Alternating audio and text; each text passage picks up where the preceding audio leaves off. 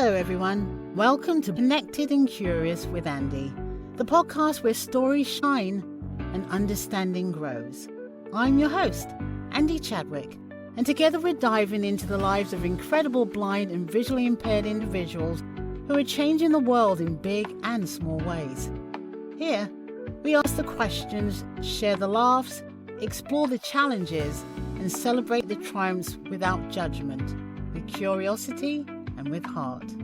Whether you're sighted and you want to learn, or blind and you want to be understood, this is your safe space to listen, learn, laugh, cry sometimes, and connect, where curiosity is always welcome and no question is off the table.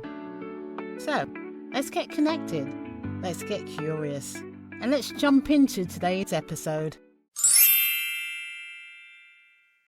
Hello, everybody. Thank you so much for joining us here at Connecting and Curious with Andy. Just heads up, I'm in Florida, it's hot, and I have no AC. So you might see me fanning myself or sweating, either one of them. And joining me is Dr. Jasmine Simmons, who's wonderful, and I want her to tell us everything about herself. So, Doctor, I'm going to be asking you some questions just like off the cuff, and I want you to tell us a little bit about yourself. So, like, before we talk about you being a doctor, you're an author, you're an advocate. Who is Jasmine when nobody needs anything from her, and what brings you peace, joy, a bit of comfort in your everyday life? No, that's a really great question. Who am I? I am just a girl. I live in Florida as well. I enjoy going to the beach. I love nature. I love the mountains. Like the mountains, the beach absolutely brings me joy. Another thing that brings me joy is the sunsets. Oh my gosh. Watching the sunsets is something that brings me happiness whenever I am able to capture those moments.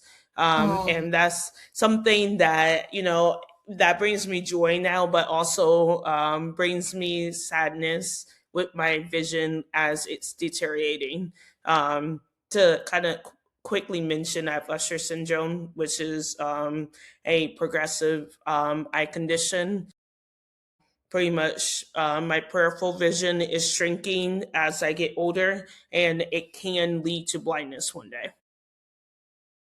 so you're not fully blind, and forgive me of my ignorance. So I'm just trying to understand the disease. So right now you can see, but it's limited, right? Yes, correct. I like to describe it as like tunnel vision. So pretty much, if I were to put my hands as circles and put them in front of me, I can't see certain aspects. Like if Okay. I were to put my hands out, and I'm looking straight ahead, I can't even see my hands right now. Oh, I get it. So it's like slowly shrinking. Okay. And what about the other part of Usher syndrome? So I know it's the Yeah, vision, and then and it also impacts your hearing and balance. I have terrible balance. Don't ever ask me to walk in a straight line because I cannot do it. And also, I have cochlear implant, which helps me hear. So I actually identify as deafblind because of my vision and hearing loss. okay, okay. So because you live with Usher syndrome, Hmm. I'm a bit curious. What parts of your identity do you refuse to let the diagnosis define you? Hmm. Um, Honestly, I do like define me. Yeah, Not yeah, in a negative way. yeah. But it is part of my identity and who I am as a person. Right. And I don't view it as something to be ashamed of, or but it's just is who I am as a person. And that is something I do lead with. Somebody told me once that, what what are you besides being deafblind? And Yeah. I'm like, but how can I separate You the can't. two? Like, Yeah. I am deafblind. I am a Yep. woman. I Yep. am a black woman. I Yep. am queer. So in reality, you can't separate any of those identities. So I I like am that. proud to identify as all. So that is who I am. I am intersectional, and I love that about me. And I love that you can say that because it's all you, right? That's part of you. It's Right. part of your core, right? So I love Exactly. that. Thank you. People often focus on the inspirational side of disability. We have social media. Some people think disability and they're not living it, so they don't understand it, right? So Right. they think, oh, oh, it's it's wonderful, so to speak, and then there's people, that actually live in it and Hmm. misconstrue what disability is. So, as a Right. person that is actually living it, um, what are the exhausting parts people don't talk about enough? The parts Hmm. that are hard for you to explain for unless you lived it. Right. Uh, for me, you know, I was born deaf. My deafness has never been an issue. It may show up in ways like I get frustrated when people say never mind. Like, that's frustrating, but that's something I'm used to. Like, that is something I'm like auto tune. Like, okay, they say never mind, I speak up like, hey, that's not cool. But then when it comes to my blindness, that is a real challenge.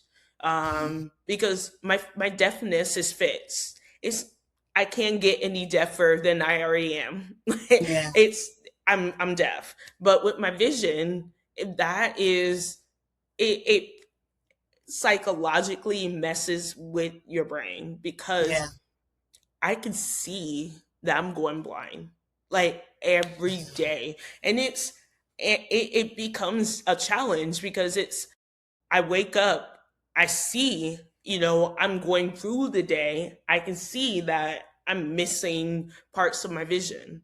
yeah, And I am forced to either deal with it and live or be sad and don't live my life.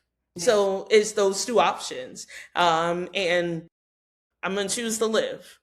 So I push through every day, um, you know, gladly, but at the same time, it messes with you. yeah, Seeing, wow, I'm going blind one day. Like, will I be able to see my face as I get older? Will I be able to see my nephew when I get older? Will I be able to see my loved ones, my significant other? So these are constant things I think about, but I try to stay positive yeah. throughout all this whole journey because it's always going to be a challenge. There's some up days and some From down down. days. Can um yeah. Can I ask you? Because I can't remember if it was a podcast I listened to or I saw you, and you were talking about your driving experience. When you are you still driving or you were getting to the point where you can't drive, and that experience. I know there's a lot of people out there that are losing their sight, and then one day they can drive and one day they can't. Can you talk a Yeah. little bit about that? Yeah, Went through. absolutely. I used to drive. I got my license when I was 16, knowing that one day I would not be able to drive. And growing up, I would joke that, oh, I'm not going to be driving by the time I turn 30.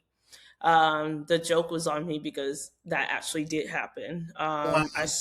Yeah, I stopped driving at 29. And I was diagnosed as legally blind at 29, 28, about to go into 29. And I just remember going to my eye doctor's appointment. That was always my biggest fear, was the doctor telling me I should not be driving anymore. And that fear finally came February, when I don't even remember what year, but I was 28 and I went to the eye doctor, and the doctor was like, yeah, you're legally blind. You should not be driving. And that absolutely devastated me. But I also was prepared for the moment because I've Yeah. known that I was losing my vision since I was 7. Yeah. So this wasn't like shocking news, but at the same time shocking because it was actually finally happening. Happening. Yeah. Um, and so the me not driving, I think the hardest part about not driving is the independence. You know, where I live is a little bit isolating. I can't just walk to the grocery store. I can't just walk to the park. I can't just walk to the beach. Like, everything now has to come through with planning. Yeah. And I think it creates. I'm such a spontaneous person. I love just going. Like, when I drove, like, I would drive 2 hours just to go somewhere, Yeah. just because I Yeah. could. I Yeah. Yeah. have the authority to do so. Yeah. But now I can't, and I think it reshapes what independence means for me. It reshapes what spontaneity is for me. Yeah. It has changed a lot of my perspective on independence can mean multiple things and not just one fits turn. Yeah. You you're used to being able to just get up and go, and then all of a sudden that is taken away from you. For me, I know it's devastating, but the fact that you just like, you have a light about you, and you just keep going, and um I just love how you are able to articulate that. So I wanted you to share that because I remember that was something that I saw, and I just, it touched me. So I mean, know there's people out there that are like, no, I can get that. I understand that. So I appreciate that. I want to also ask you about your books because I really, really want you to talk about your books.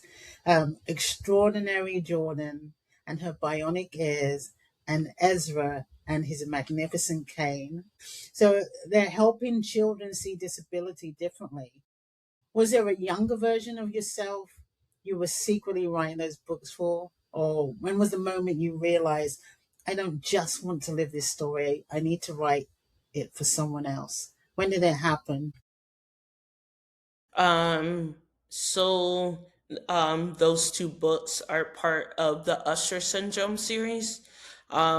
So when I was diagnosed as legally blind, that's when I knew I was going to write a children's book. And, well, let me wind back. I actually had met a family when I was an educational audiologist, and the girl was probably about 6 or 7 years old. And I just remember the mom was just like, how do I explain to my child that she has Usher syndrome? Like, Okay. how do I explain to her that she will be going blind one day? And that moment really resonated with me. And I just remembered that I was going to write a children's book one day. And about a year and a half later, too, I think about a year later, that is when I was diagnosed as legally blind. And for whatever reason, I decided it's time. It was time to write the children's book. And when I tell you how therapeutic that was for me, And this is something that I will always encourage people. If you are going through a tough diagnosis, find an outlet.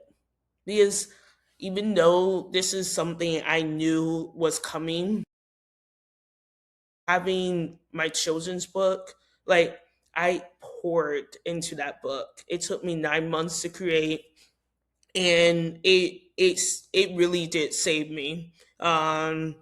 Because it's hard to be a 28, 29-year old knowing that you're about to lose your independence, Yeah. um and having to reshape your life. Yep. And that was a challenge. So writing this book was just, I wrote it for so many different reasons. Just for myself. Yeah. It was very healing for myself. Also, representation. Growing up, I did not see children's books that had, sorry, um, that didn't have represent. I didn't see me. I did Yeah. not see me, as Yeah. a black character with a disability as a main character. Yeah. That's a rarity. So I just decided to write one. And my children's book is, I want to say, semi based on the true story. There's some scenes in the book that actually did happen to me. So putting it on paper, it was just, like I said, it was very, very healing for Extraordinary Jordan. Um, for Ezra book. It was very exciting, and with my experiences with having a white cane, Mm. and people being confused because I would walk past them and we would make eye contact and they'd be like, this What? blind lady just looked right in my eyes. Like, Yeah. how is she blind? Yeah. And I have been accused of faking my blindness. So that is the viewpoint of why I wrote Ezra in his magnificent cane. It's educational. It teaches children and parents that blindness is a spectrum. So I kind of even give a visual in the book. So it's just, education is just so important to me. And so that's why I put it in the book. So my next book will be about balance, which I'm currently working on. So I'm excited about that. How many books are in the series? Because we have It's, two, and you're working on the third. mhm. So it's going to be a total of 4 books in this series. So, as I mentioned earlier, Usher syndrome impacts your hearing, vision, and balance. And so, my third book is going to be about balance, and then my fourth book is going to cover Usher syndrome as a whole. And I purposely did this so that way, if a child just have a hearing loss, they can just pick up the hearing loss book, or if a child has balance issues, they can just have that, but you don't have to have all the books for it to make sense. However, the characters in my books pretty much shows up in every book.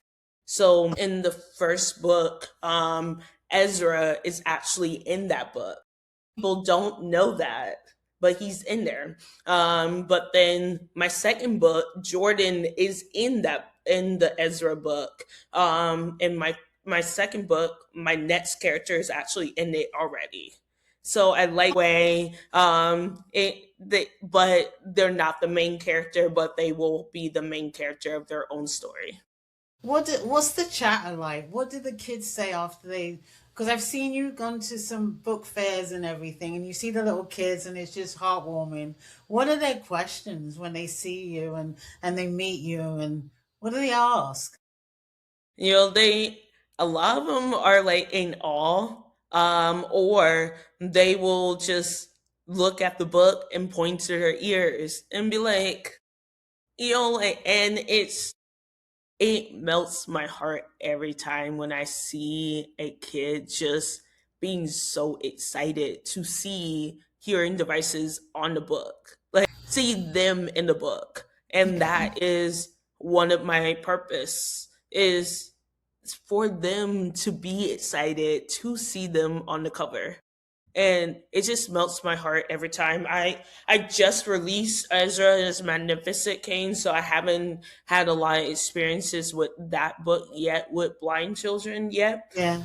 But with the Bionic ears, it's been such a positive reaction with the kids. I'm very excited about this. I'm very happy for you. Thank you. I hope it gets worldwide. I just want that for you because Thank you. it's just a good book. So this is Yay! Extraordinary Jordan, her Bionic ears. Yay! And then this is my newest book, Ezra and his Magnificent Cane. Yay! And who's the artist? The illustrator is Karen Marie for Oh, both books. oh, bravo!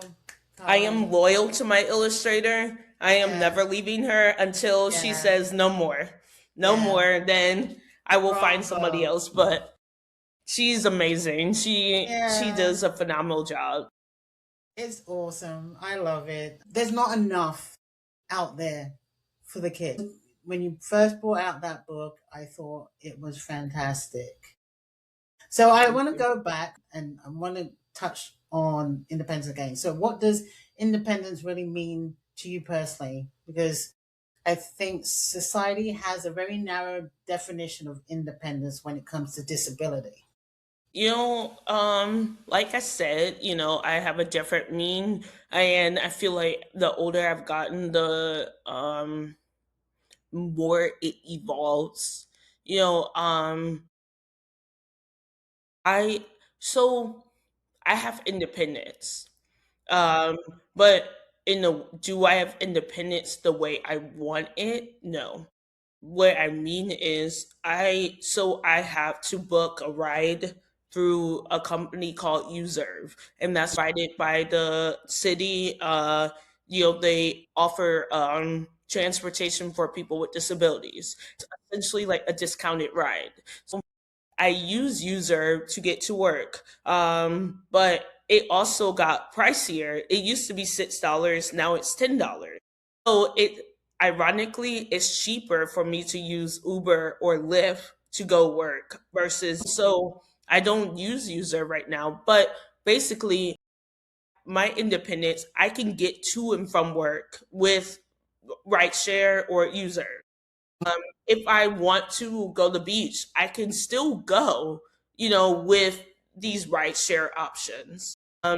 But can I get up and go right now if I wanted to leave right now? I can't, right? Because I have to book it. I have to consider the finances part, the disability tax, right? So Mhm.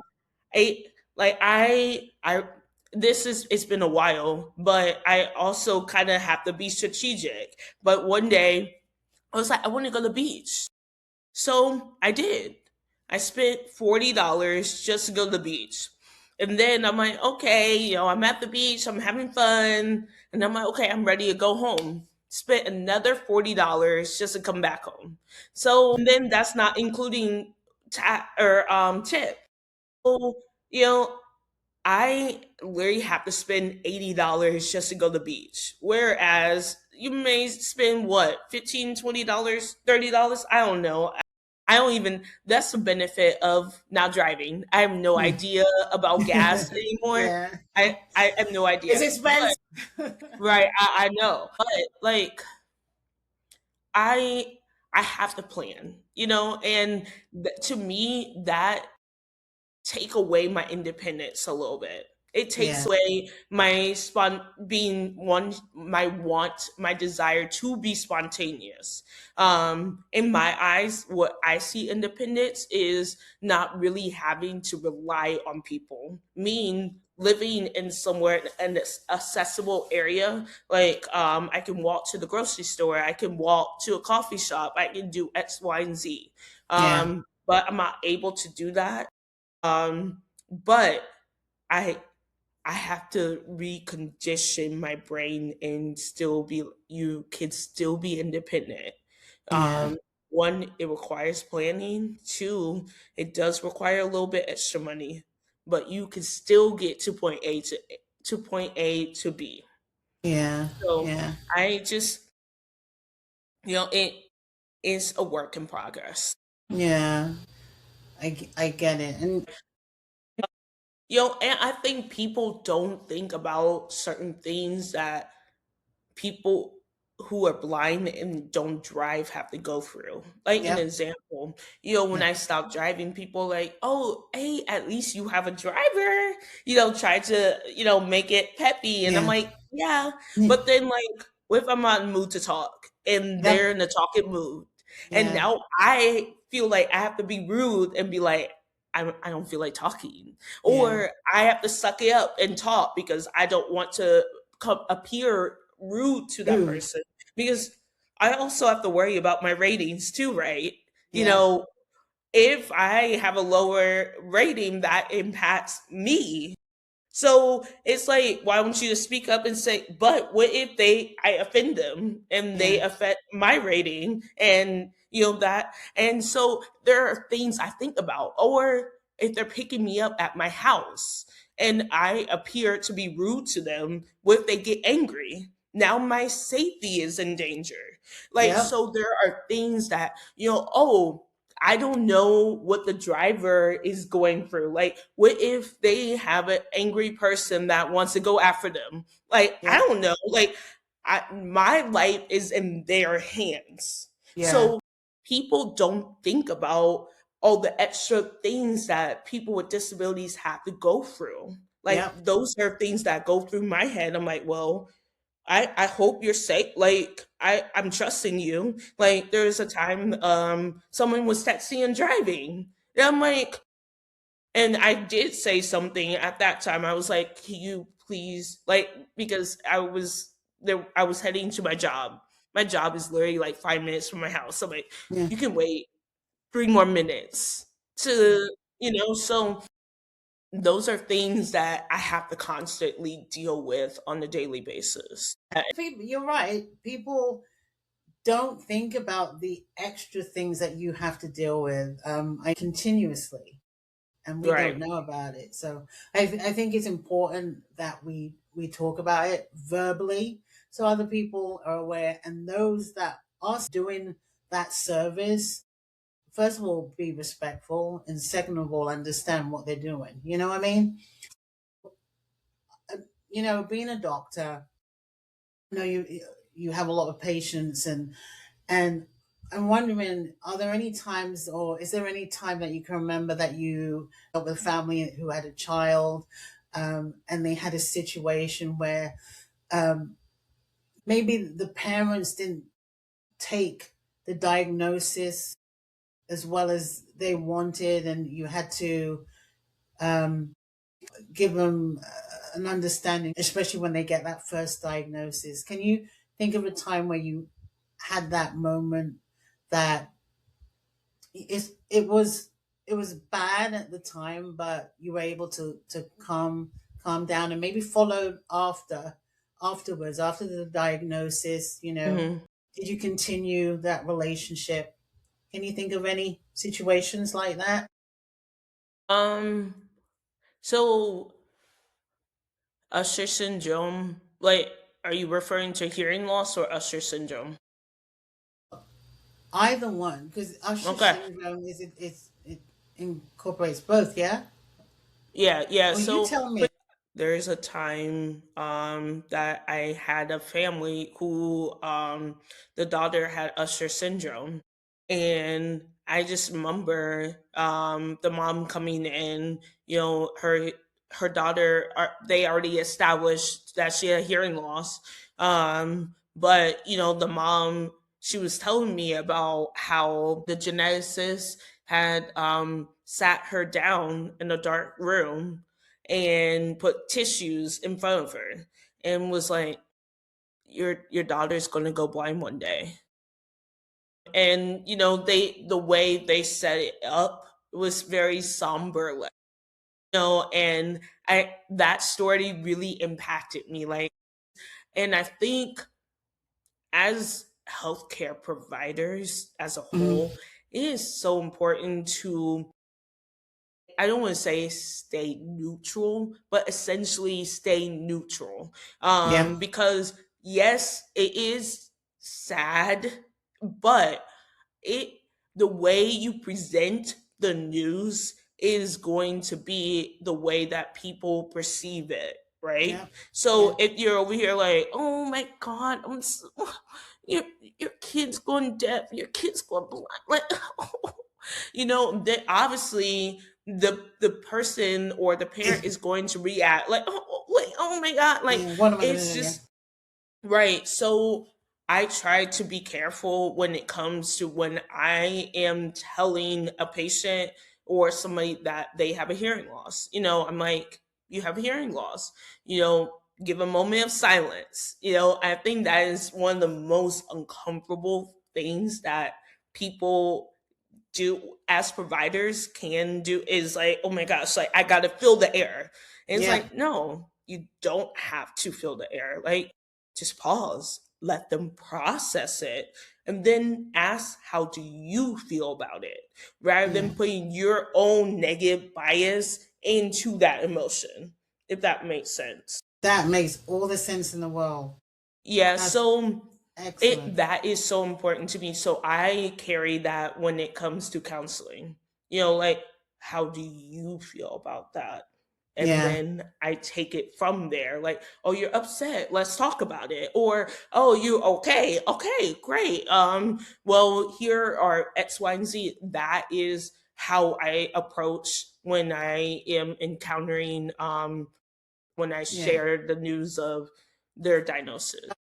I think the bottom line is when everybody's frazzled and they get that news in that way, all it does is break them down and get them more upset. If you're Right. calm and this is the facts and this is how we going to solve and react, not react.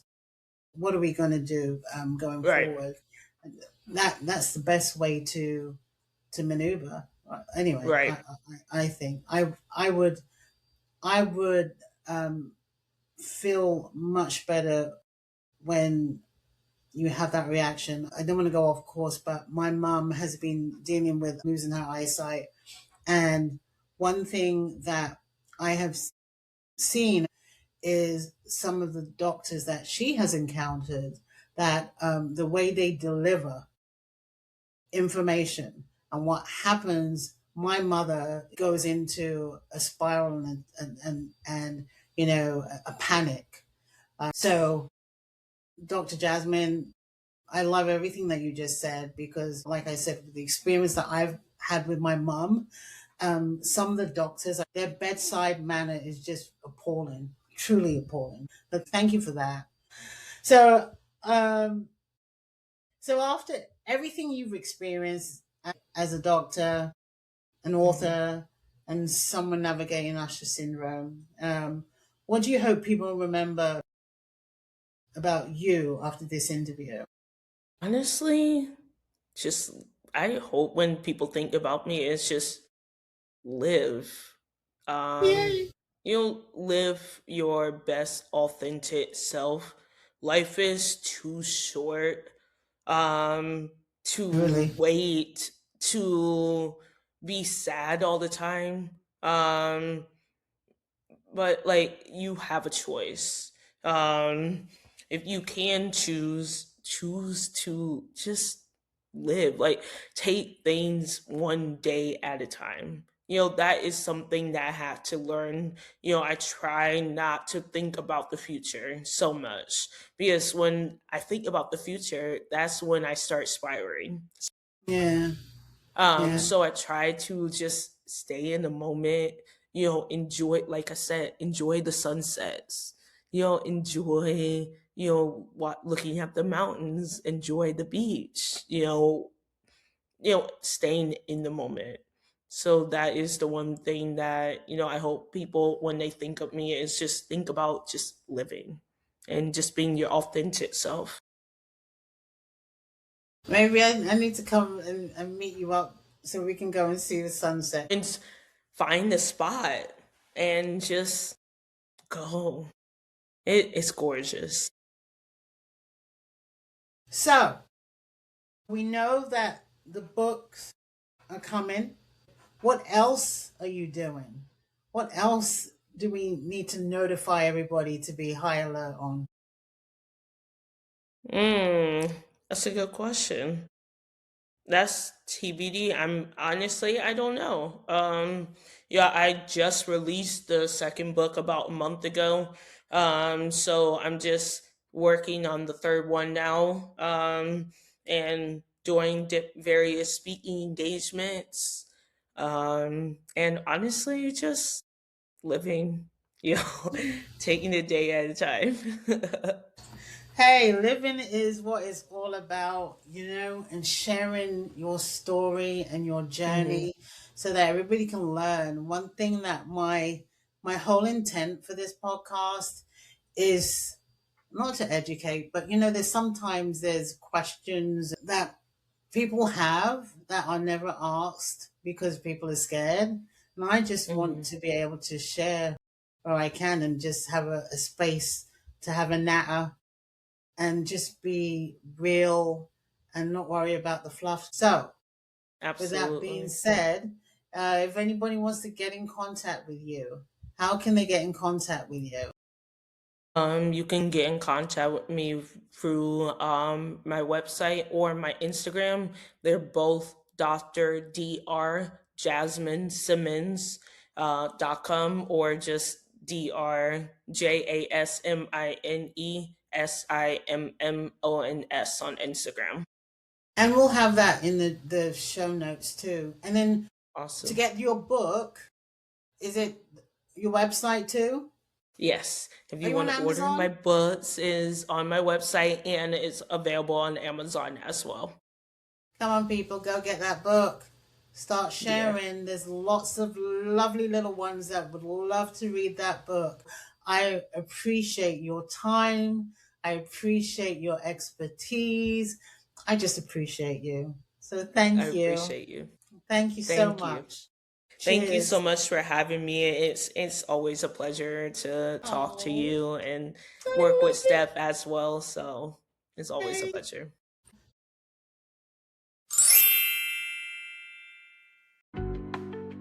Thank you for tuning in to Connected and Curious with Andy.